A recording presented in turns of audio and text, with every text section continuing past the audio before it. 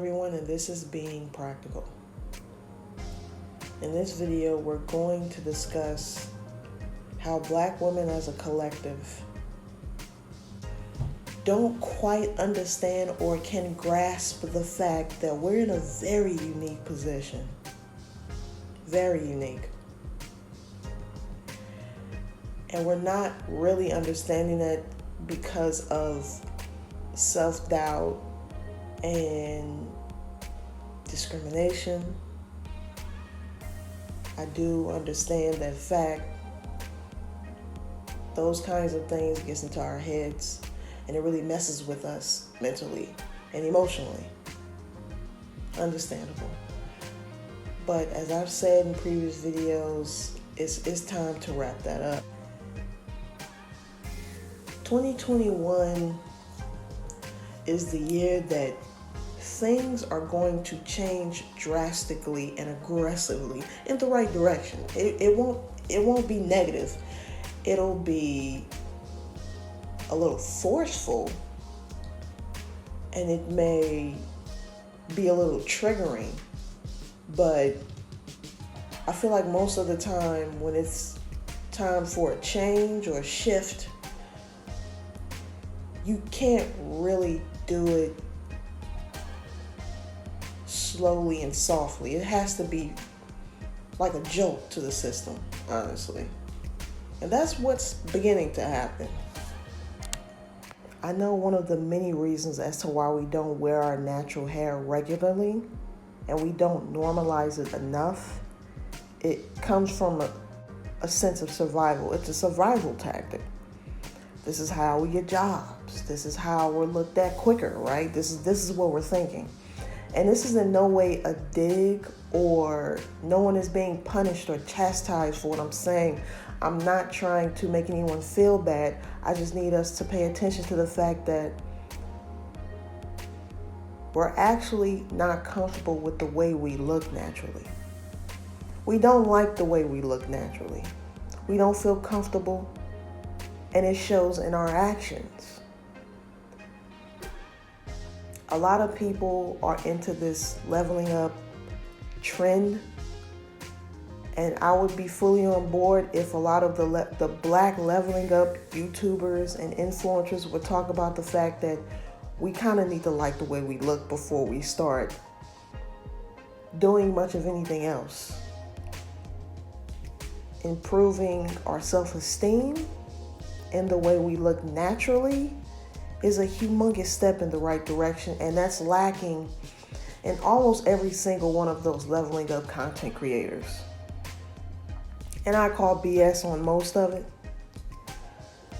but I digress. Let's get back to the original topic. I'm well aware of the survival tactic of us wearing straight hair. And I'm also aware of hair discrimination. They just prohibited laws back in 2019 to stop hair discrimination. And that first originated in California of prohibiting these laws. It started in 2019 in California, and it started to spread across the country. Not every single state, it's a work in progress, but it's a step in the right direction. So I do understand surviving.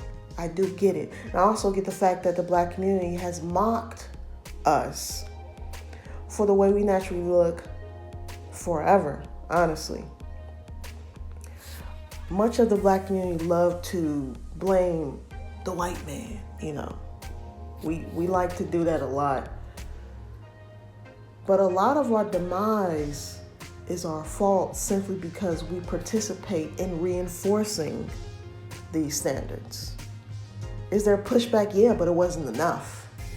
It wasn't enough. If it was enough, our hair would be normalized and hair discrimination just wouldn't exist. But we do participate in our own demise by reinforcing these beauty standards that looks nothing like us. So we start to, as Black women, get into survival mode. I get it, I've seen it, I've experienced it. I am with you, and I understand the reasons why. With all that being said, It's time to move on. It's time to do a hard reset. And if we do it right, all the time and energy it took to make us feel like crap, it's going to backfire if we do it right.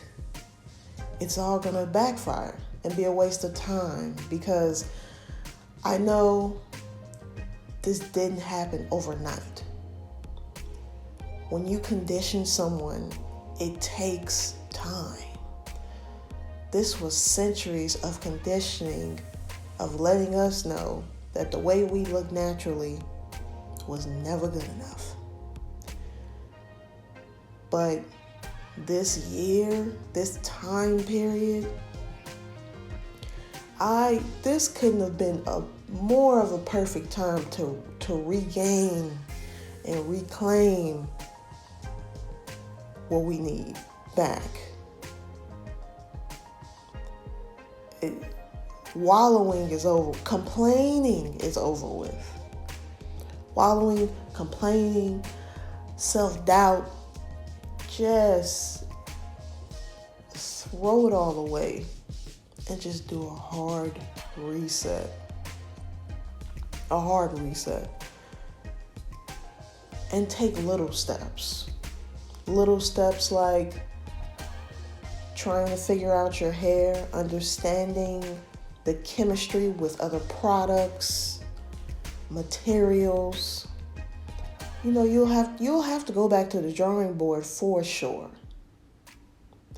No one said life was easy, but it's going to be worth it once you figure it out. And if you have to do a big chop, or if your hair is at an awkward length, there are natural hair companies that I will be listing in my next video that you can go to for extensions, for weaves, for wigs, for clip-ins, for wefted hair, for really all of it. It'll be in my next video. There are solutions, but the first step into this really hard journey for a lot of us is acknowledging that we have a problem. Isn't it like the first step of the 7 steps of grief? You got to know you have a problem in order to fix it. We have to acknowledge the fact that we have a problem with the way we look naturally. We need to get out of this denial, the excuses of, oh, I only wear this as a protective style. Every day? You wear wigs every single day as a protective style? If you wear it that excessively, it's no longer protecting anything. You're losing edges. You're balding. You're losing hair in certain spots of your hair. Like, after a while, it's not protective. It's actually very damaging. Or, I don't want to do my natural hair because it is too much to do. I have seen those straight wig install videos. I've looked at them thoroughly and piece by piece. That is hard to do. That's almost as hard, if not harder, than our natural hair. And then you have to deal with sweating the glue out. The fact that the lace looks like a gated fence. It's so many cons and so much of a hassle. You're better off just doing a twist out. So let's be a little honest. Let's be a little honest here. There are solutions to every single problem. It's just a simple fact that we need to know that there is a problem. So let's go back to the drawing board and figure it out. Let's just figure it out. We can do it together. This is Being Practical. Thanks for stopping by, and I will see you in the next video.